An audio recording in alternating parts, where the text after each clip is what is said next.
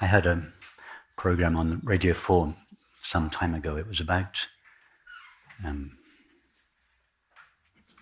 was a program in Ireland about women who were describing their last moments with their dying husbands. And they were being interviewed, and they were describing the conversations or the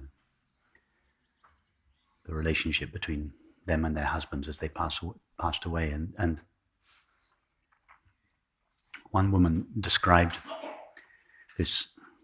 It was an Irish couple. They had 10 children, and one of the children was a redhead. All the rest were dark. And the husband on his deathbed said to his wife, "There's one thing I've always wanted to know, and I've never had the courage to ask you."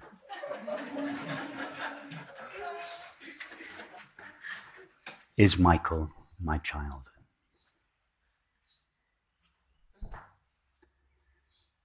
And she said yes, but none of the others are.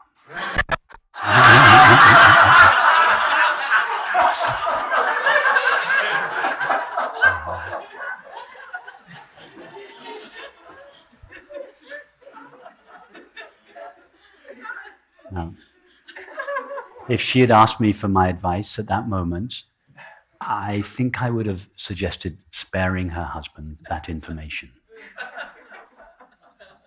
He hadn't asked for it, and I wouldn't have given it. I would have just answered the question, yes. Was she lying to him?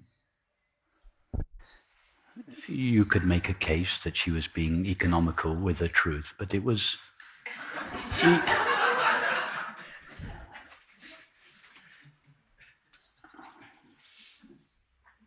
I think it would have been justified in those circumstances. So of course we have to be very careful not that example justify our lack of courage in a situation, and you felt mortified that you hadn't been courageous enough to tell your friend the truth, and that you had shrunk from that opportunity. And in fact, the shrinking from that opportunity is the separate self preserving itself. And the pain you felt was the pain of the separate self.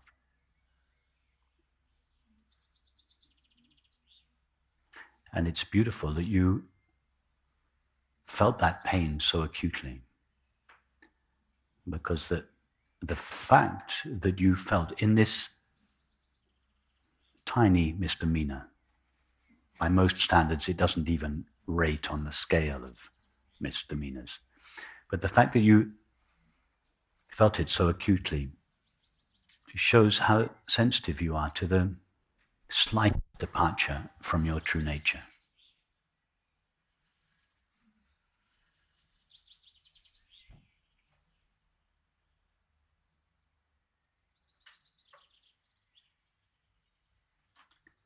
Which means the slightest habit of a separate self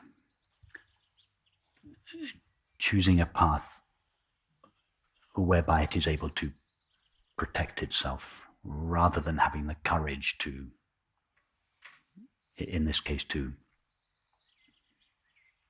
speak the truth.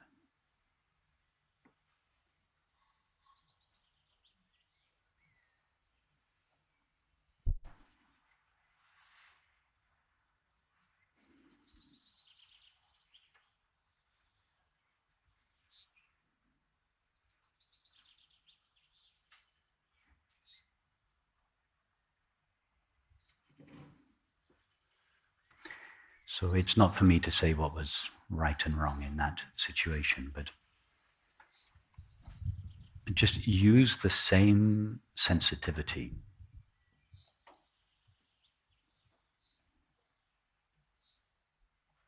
to these appearances of the separate self.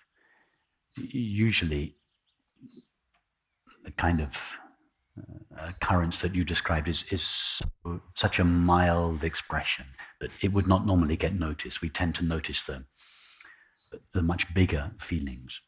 But as we become more and more accustomed to abiding as we truly are, we get much more sensitive to even the subtlest expressions of the separate self. And what 3 years ago would have gone unnoticed now becomes a huge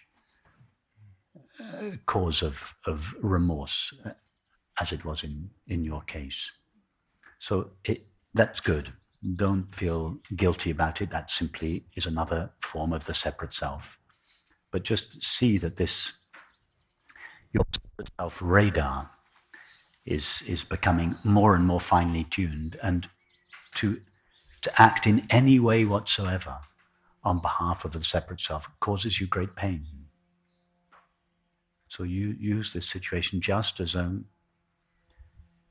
way of fine-tuning your activities, your relationships, so that to the best of your abilities, they always express your deepest love and understanding.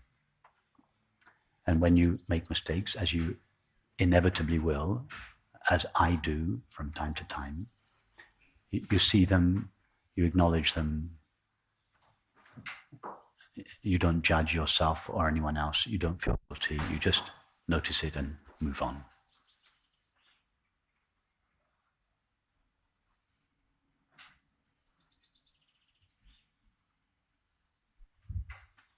Thank you. If anything, you thank your friend in your heart, or you thank the situation for providing you an opportunity to refine this sensitivity to these residues of separation.